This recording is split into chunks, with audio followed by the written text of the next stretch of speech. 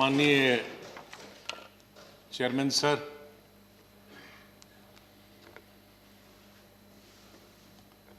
आपने,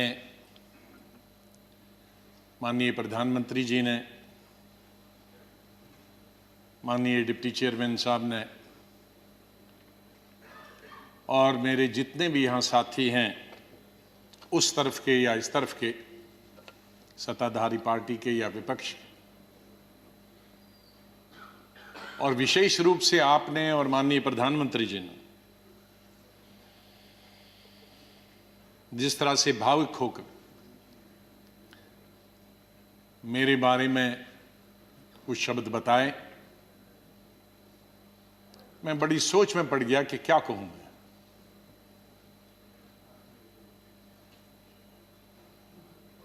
मैं इन 41 वर्षों में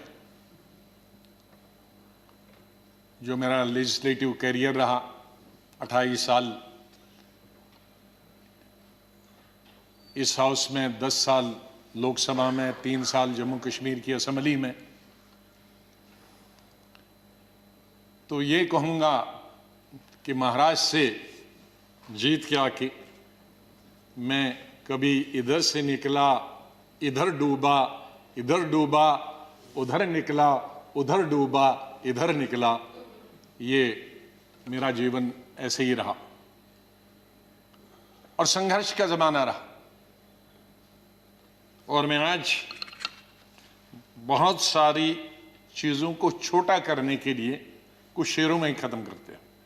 शायर जो होते हैं उनमें एक बड़ी ताकत होती है उनके शेरों में कि हम लोग अगर 10 घंटे का भाषण दें तो वो 2 शेर में ख़त्म कर देते हैं उसका।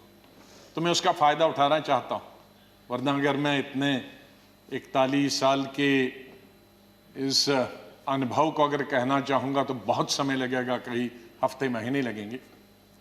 लेकिन शुरू में करूँगा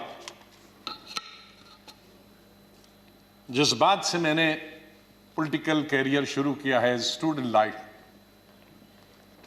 और कश्मीर में, जम्मू कश्मीर में मेरा, हालांकि मैं जम्मू से हूँ, लेकिन मेरा डिस्ट्रिक्ट में, शमशेर सिंह जी जानते हैं, मुस्लिम मेजॉरिटी डिस्ट्रिक्ट, उसका असर कश्मीर का ज़्यादा होता है, जम्मू का कम असर पड़ता है, विशेष रूप से मुस्लिम्स में। और उसके बाद कॉलेज और यूनिवर्सिटी तो मैं कश्मीर में ही पढ़ा। और गांधी को पढ़ता था मैं, नेहरू को पढ़ता था, मौलाना आजाद को पढ़ता था, इन 3 की। तो जो मैंने सीखा है देशभक्ति का स्कूल से लेकर, और वो देशभक्ति आज उन नौजवानों की नजर में जो सियाचिन में है, जो जम्मू कश्मीर में कई दशकों से है, ठंड में है, बर्फ में है, उनके नाम से शुरू करता हूं मैं। खून की मांग है इस देश की रक्षा के लिए, खून की मांग है इस देश की रक्षा के लिए, मेरे नजदीक ये कुर्बानी बहुत छोटी है, दे दो।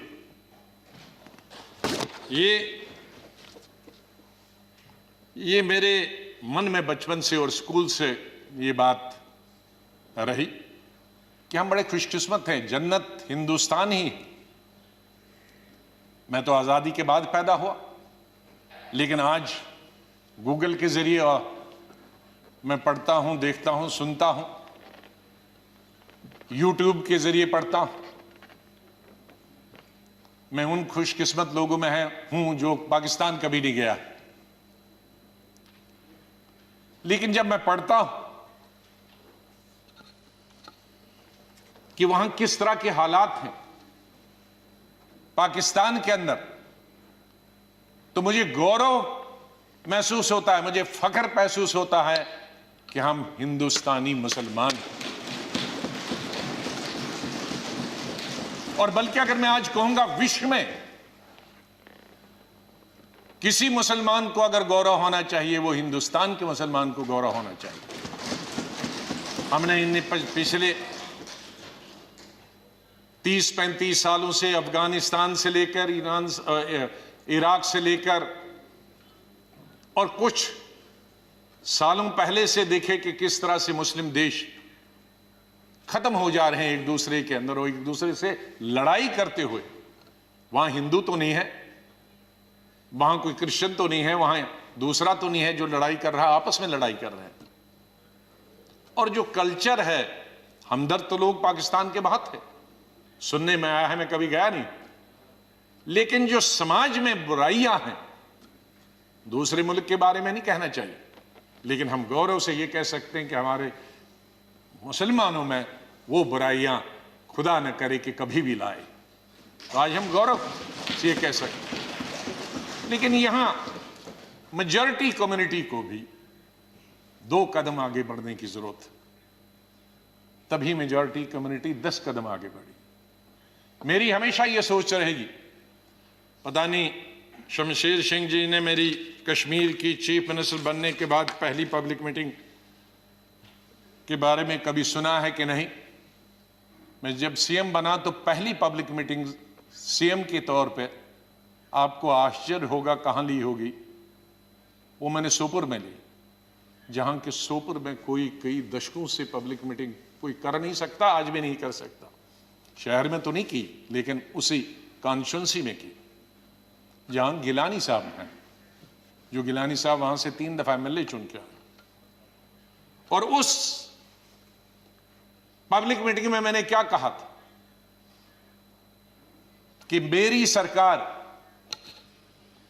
जम्मू कश्मीर के लोगों की सरकार होगी, और अगर मेरी सरकार का कोई मंत्री धर्म की बुनियाद पर, मजहब की बुनियाद पर और पार्टी की बुनियाद पर इंसाफ करेगा तो मुझे शर्म आएगी कि ऐसा मंत्री या ऐसा अफसर मेरे साथ काम कर रहा।